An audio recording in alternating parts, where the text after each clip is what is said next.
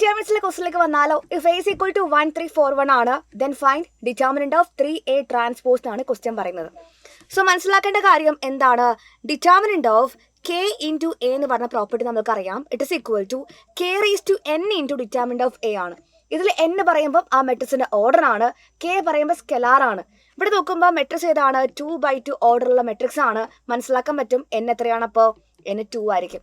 And നമുക്ക് ആവശ്യം determinant of 3a transpose ആണ് ആവശ്യമുള്ളത്. അതായത് കെന്റെ സ്ഥാനത്ത് ആരാ വന്നിരിക്കുന്നത്? 3 ആ വന്നിരിക്കുന്നത്. അപ്പം എന്ത് വരും? കെക്ക് പകരം 3 വന്നു.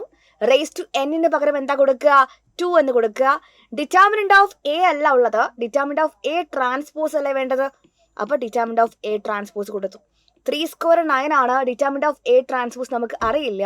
ഒറ്റ കാര്യം മനസ്സിലാക്കി വെക്കുക, ഡിറ്റർമിനന്റ് ഓഫ് എ ട്രാൻസ്പോസ് എന്ന് പറഞ്ഞാലും ഡിറ്റർമിനന്റ് ഓഫ് എ എന്ന് പറഞ്ഞാലും എന്താണ്? എപ്പോഴും സെയിം ആയിരിക്കും.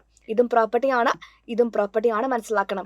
സോ നിങ്ങൾ എന്താ ചെയ്യുക? എ പറഞ്ഞ മെട്രിക്സ് ഗിവൺ ആണ്, ഡിറ്റർമിനന്റ് ഓഫ് എ ഫൈൻഡ് ചെയ്യുക. എങ്ങനെയാണ്? 2/2 ആകുമ്പോൾ ക്രോസ് ചെയ്യുക, സബ്ട്രാക്ട് ചെയ്യുക. വിച്ച് മീൻസ് 1 ഇൻറ്റു 1 1 ആണ്, 3 ഇൻറ്റു 4 12 ആണ്.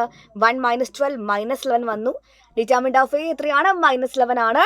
അപ്പം 9 ഇൻറ്റു -11 കൊടുക്കുക, because determinant of A transpose തന്നെയാണ് ഡിറ്റർമിനന്റ് ഓഫ് എ നമുക്കറിയാം. So the answer will be -99 ആയിരിക്കും റൈറ്റ് ആൻസർ.